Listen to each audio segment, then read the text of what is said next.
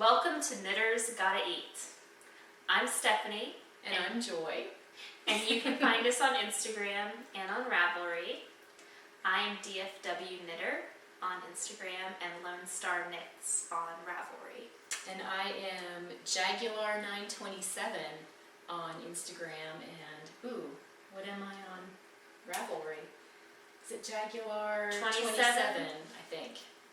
And it'll be at the bottom, yes. hopefully. Thank you, Chris. So we decided, we're knitting friends, and we decided that we wanted to put together a little knitting / domestic arts Yes, podcast. exactly. A little cooking, maybe a little bit of fermenting. Some baking, some animal husbandry. Yes, all sorts of things that we are just interested in doing. Because we really like doing stuff. Exactly. Not for any particular reason. No. We just like doing stuff. We do. So, well, I started knitting back in about 2002, and my college roommate had a knitting book, and she knew how to knit, and I said, I think I can knit. And so I learned, and now it's many years later, and I'm still knitting. And I just learned how to knit back in October or November. Stephanie taught me, and this was the very first thing that I made. She helped me out with it, she got me started, and then she kind of set me loose. And it's the Neighborly vest. And I can't remember who wrote this pattern. I don't know, I can't remember either. You know, Chris could put it at the bottom. That's a good idea, Chris. And we both knit the same thing because I had wanted to knit one for my daughter. Right. And Joy finished hers before I finished mine. I did. I was very excited. This was fun. I did make a couple of little mistakes, but that's how we learn, right? But and other than that, it's great, and my daughter is going to love it. And it's a free pattern. Yes. And it's actually a really good one to learn on because you start with just the collar, which is just a little knitting back and forth. And then you learn how to knit in the round as well. And That's pick up stitches and do a lot. And it's for a child, so it can look terrible. Yes. And it doesn't matter. It doesn't matter. Yeah. They'll look cute anyway. So there's those. So we have a couple of other things that are finished. I'm wearing my Multnoma shawl. And this is out of my hand spun. It's some of the first hand spun I did on my Ashford Traveler. And it's the Into the World Downton Abbey colorway from a couple of years ago. And I wanted to have this knit to wear to the DFW Fiber Fest last year. We are in the DFW area, so yes. Yay, okay. DFW. Yay! This is the thing that I just made. It is the Starshower. The Starshower shawl cowl combo. And to be quite frank, I love the way it turned out, like pattern-wise, but I'm not quite sure that it's going to fit around my body. Now, what yarn did you use? I used Western Sky Knits Magnolia Luxe, and I think it's like 80% wool, 20% silk, I want to say. Okay. I could be wrong on that, I'm sorry. But I'm really, really worried. I'm blocking it right now, and I'm really worried that it's not going to fit around me even after I've blocked it. So we're going to find out in future episodes whether it actually goes on or not. So because I don't know. It's a drapey cowl. It's supposed to be, a drapey cowl, and also you can pull it down and use it like a kind of a wraparound shawl. Okay. So, you know, when I use the Jenny's Surprisingly Stretchy Bind Off on there, and it really is stretchy on the bottom, but the top is just, it's tight. It's tight. Well, and we are going to have show notes as we start naming things. We have a blog. It's Knitters Gotta Eat at blogspot.blogspot.com. And we'll have Chris. Thank you, Chris. We'll have him put that at the bottom. there so you can find us. Great. So what are you working on now, Stephanie? Well, more hand-spun projects. A friend of mine used to have the Daybreak Dye Works That's pretty. dyeing business, and she is not doing business right now because of family matters. But she dyed me up some, it was just kind of a mixed wool to make socks out of. It's kind of coarse, it's not super soft, but it's perfect for socks. And when I spun it, I accidentally put all the orange in one part and all of the purple in the other, and I thought, well, that's okay. There's going to be socks and they'll be fun. And so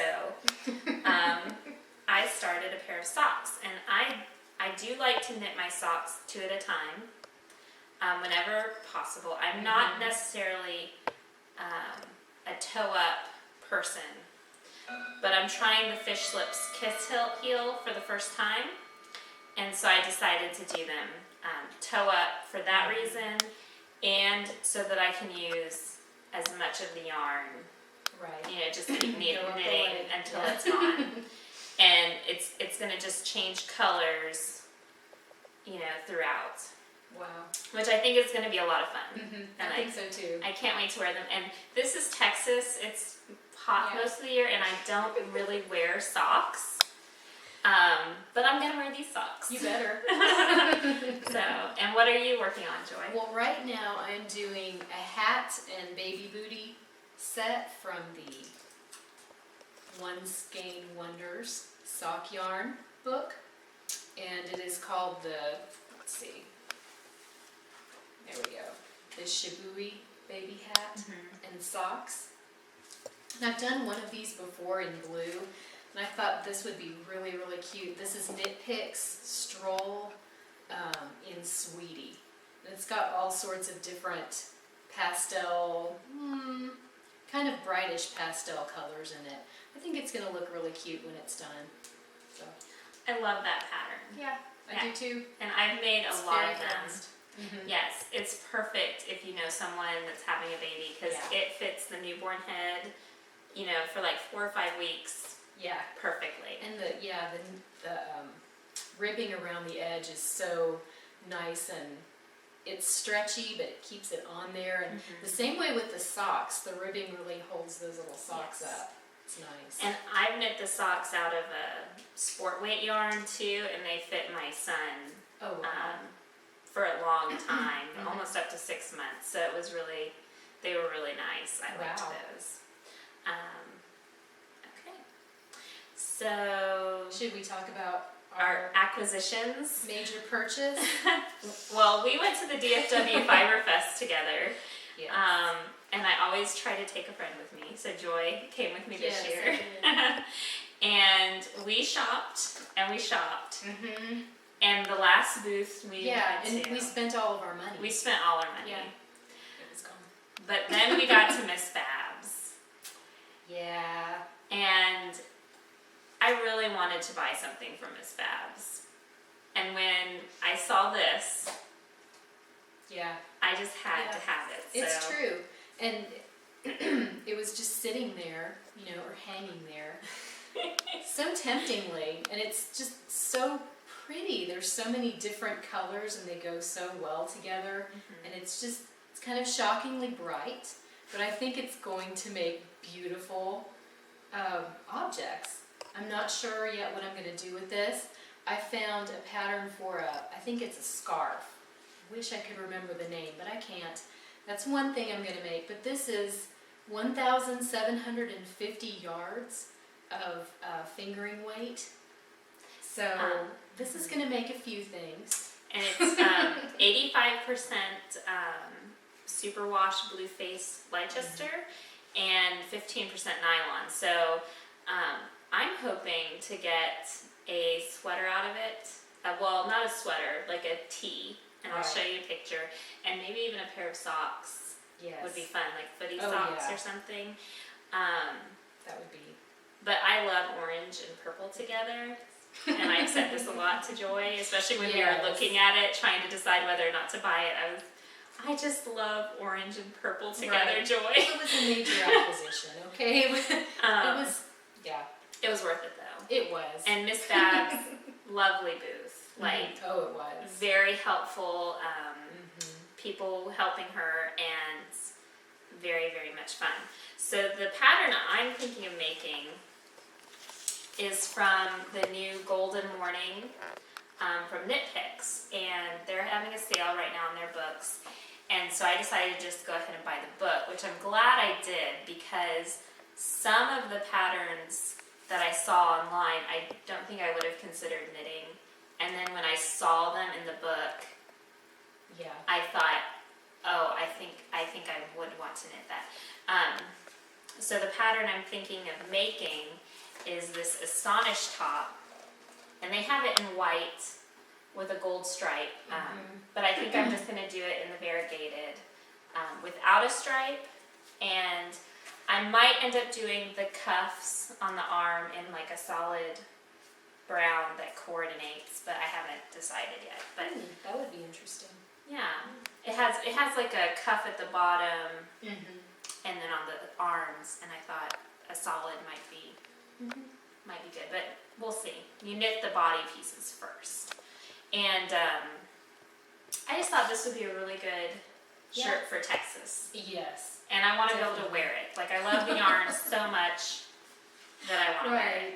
So Sweaters you can only wear for 4 months or so. unless they're really lightweight, Right. you know, then air conditioning, you can wear them. But Yeah. But- otherwise. yeah, my first sweater I knit was out of a heavyweight woolly wool, and it never gets worn. It's so Yeah. sad. But my only issue with this book is some of the pictures are really dark. So like you can't see the sweater. So Right. Knit Picks, next time you need a little more light. Right. Yeah. You can't even tell. No, I don't know what's going on there. So they have several that are done out of a dark yarn, and then the pictures came out really dark. So that's what we bought. And I also spin. Joy doesn't spin yet. I don't. And I'm spinning up something I got from the DFW Fiber Fest. And this is Tuith by hand. Oh, that's pretty. And it's Wow. their grab bags where they just have all kinds of mixed fiber. And I've always wanted to spin a grab bag because I thought it would just be really fun. Right. So I'm not spinning it for anything in particular. I got 2 grab bags, and I tried to split them into cool tones and warm tones, and then I'm going to ply them together Oh, wow. to have something really insane. That will be. But so it'll be 8 ounces of spun Wow. up insanity, and I'm really excited That'll be about it. fun. But it's interesting spinning the grab bag because each fiber is different. And so like when you grab a new one, sometimes it spins faster or slower than the one before. And since I'm still fairly a new spinner, I've only been spinning, I guess almost 2 years. Maybe that's not that new. I don't know. Maybe it goes by mileage. I Yeah, don't know. maybe. They catch me by surprise a little bit. There was one really, really silky, fast one that was so soft. Oh, wow. And it might have been a merino or something, but it was just like jumping out of my Wow. hands. But it's been really fun. So That's so pretty. that's that. And All right. is there anything else we need to say about our knitting? I don't think so. If you have any questions, feel free to contact us about the knitting. We'll try to put everything in our show notes. But we're always doing stuff, so we might forget. Right. That's a problem. Yeah. So Okay, well, on today's show, we thought we'd start off by showing you how to make kefir at home from scratch and Okay. kefir grains. So we'll cut out here and then go to the Kefir. Well, welcome back. Now we're here to talk to you about this lovely thing that we've gotten into recently called milk kefir. And milk kefir, well, first of all, Joy Oh, gave yes. me my first milk kefir. I did. How did you get yours? Well, I was given my first milk kefir as well. What a coincidence. It's such a joy. Yes. Someone at my husband's work had some, and something about milk kefir you should know is that the little bacterial colonies multiply rapidly, and they grow to such astounding proportions. I have had to cut mine in half, in quarters, throw them away because, well, you know, not that many people that I know are interested in milk kefir, but I know that you are. So if you're interested in getting your own kefir grains, you can order them online. They usually come dry. But most likely, if you just find someone else with kefir, they will be happy to give you some, because I have been composting ours, and I think I can feed them to my chickens too. Ooh. I think I read that. So Well, I haven't tried that yet, but that will be interesting. but we like to do stuff, and Yes. and kefir has been a fun little project. And the interesting thing about kefir is it breaks down the casein and the lactose in the milk. So even if you have trouble drinking dairy, sometimes you are okay drinking kefir. And it has a lot of healthy bacteria. Right, lots of probiotics in it, so it's very good for your digestive health. And what else? Should we talk about things that we've done with it first, or should I show you what to do with it first? I think we should see what to do with it first, and then we can talk about... Well, this will be fun. This is a jar of kefir that I've had for 48 hours sitting out on the counter, and that's one of the fun things about kefir is it's fermented, so it sits out on the counter. And you get to watch it do its fun magic.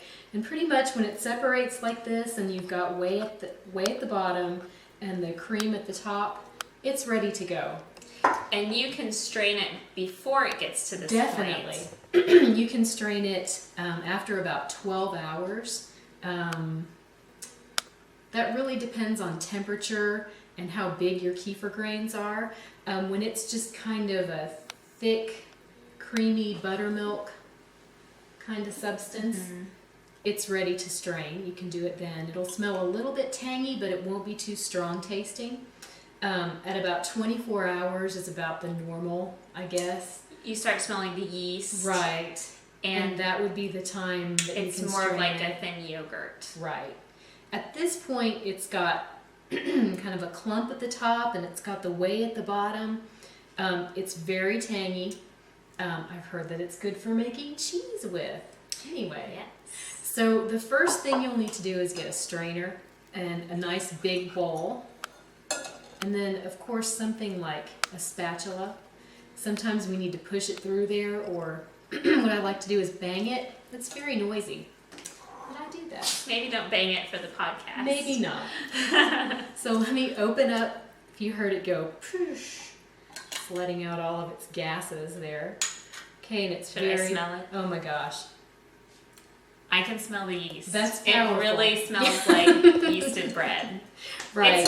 It's not a foul smell. It's not. It's just a smell. And actually, it shouldn't be foul. If it smells bad to you, you should probably throw it out. Get your grains out of it, throw it out, and start again, and not ferment it for quite so long. So here we go. We've got the whey going through the bottom there. And sometimes if you want like a thicker, more like a yogurt, more like a yogurt type consistency, you can strain out the whey from it. My husband likes to eat it that way with some honey in it. But as you can see, oh boy, I have a really, really large kefir grain here. And the grains are not grain. They're actually bacterial colonies. Ooh, look at that. That's a healthy Yum. one. That is that one has been eating well. Now, I think I read that for 1 cup of milk, you usually have about 1 teaspoon of grains. Okay. Which they grow so fast Yes. that it's hard to keep it at that ratio. It So- really is. And I usually do about 3 cups of milk, so probably this 1 grain would be enough for the entire jar. batch. Yeah. But gosh, there's more. Okay. So what we do is when we strain through it, we kind of fish through, and you don't want to push your kefir grains because then you break them up and you make so many more. Okay, so here's another kefir grain. We'll dump it in there. I think I may have had that giant one and 3 or 4 others, but as you can see, as you start straining it through, And they're not actual grain. Right, Like they're not wheat. It is a gluten-free it is. item. It's called a grain, but it's actually a bacterial colony. It looks like real milk kefir looks like a little head of cauliflower, a little tiny They're just little white. floret. Yes. Yum. Now, I have read that you can eat those grains if you have extra, but I have not gathered the guts to eat grains yet. Now, I don't know about that. Well, while you strain, Okay. we can talk about some of the things that we've made. And my children really like to drink smoothies, and this is a really great base for a smoothie. Instead of using yogurt or Right. almond milk is another one of our favorites. And they really like frozen banana and frozen berries. Yes. Maybe a little honey, but you really don't need a whole lot if your banana is sweet.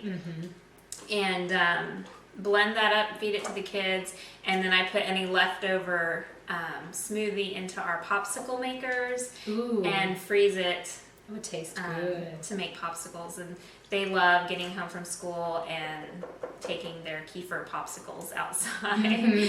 So Yum. Look, Mom made us kefir popsicles. So, and your husband does smoothies or He does protein shakes. protein with it. shakes. Instead of putting milk in the protein powder or putting water, he does kefir.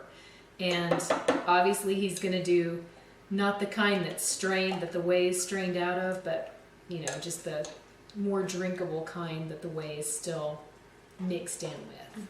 If that makes sense. And I don't know if we covered what it tastes like. It just tastes like maybe a strong Greek yogurt. Yes. Yeah, it Yeah. definitely tastes like an unsweetened Yes. yogurt. It does have tang Yes. to it, and it does have that little bit of a yeast smell. Right. But it's definitely like yogurt. Yeah.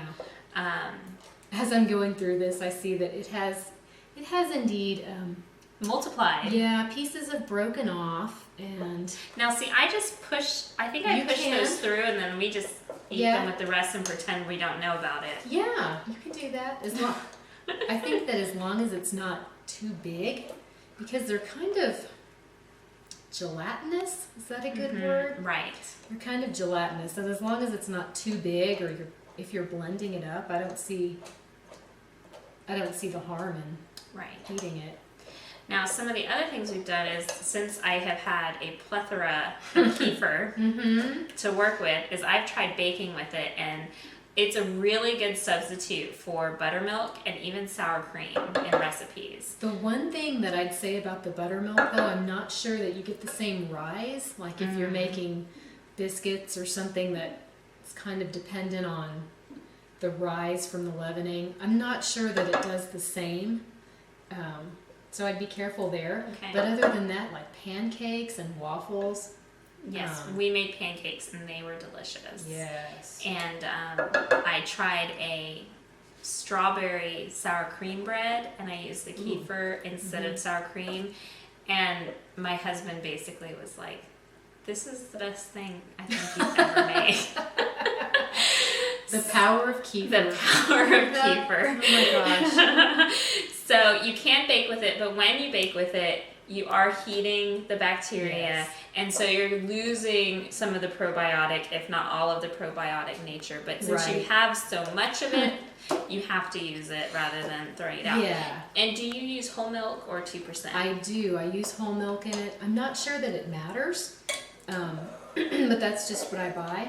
What do you do? I do whole milk, Okay. and that's, Right. that's closer to what milk is supposed to be. Right. So that's why I do whole milk. But you can That's do cool. 2%. I don't think the kefir is as happy in 2%. Yeah, They I like think- the protein and the fat. Yes. And you can also use your kefir grains in non-dairy milks, coconut milk, right? Right, coconut milk, not almond milk. I think there's something about almond milk that makes it not work right. I'm not sure. I'm not sure what the reasoning was. But I have read that the kefir grains get worn out, and so you have to kind of give them a break and put them back into dairy. Okay, so if you're using coconut, you'd have to... Kind of watch it, and if it doesn't ferment as quickly, then put it back into dairy for one time to Okay. kind of refresh it. That sounds delicious. Go ahead. Okay, so then once you have your grains back in the jar, ooh, yummy, you can pour your milk in. Now, I like to wash my jar every couple of batches.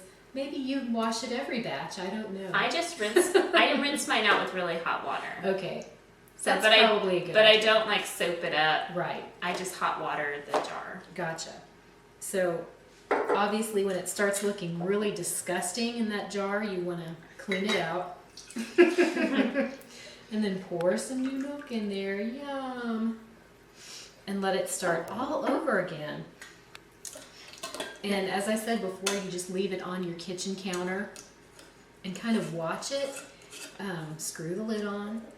It depends on the temperature in the room and the size of the grains and how many you have in there as to how fast it ferments.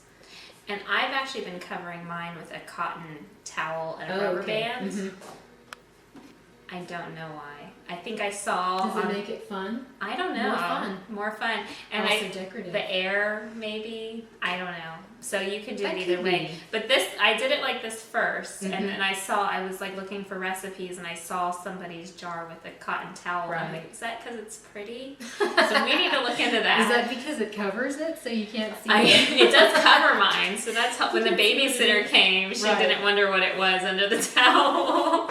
Yeah. It's fun to explain things like that to people. Right. Them in your kitchen.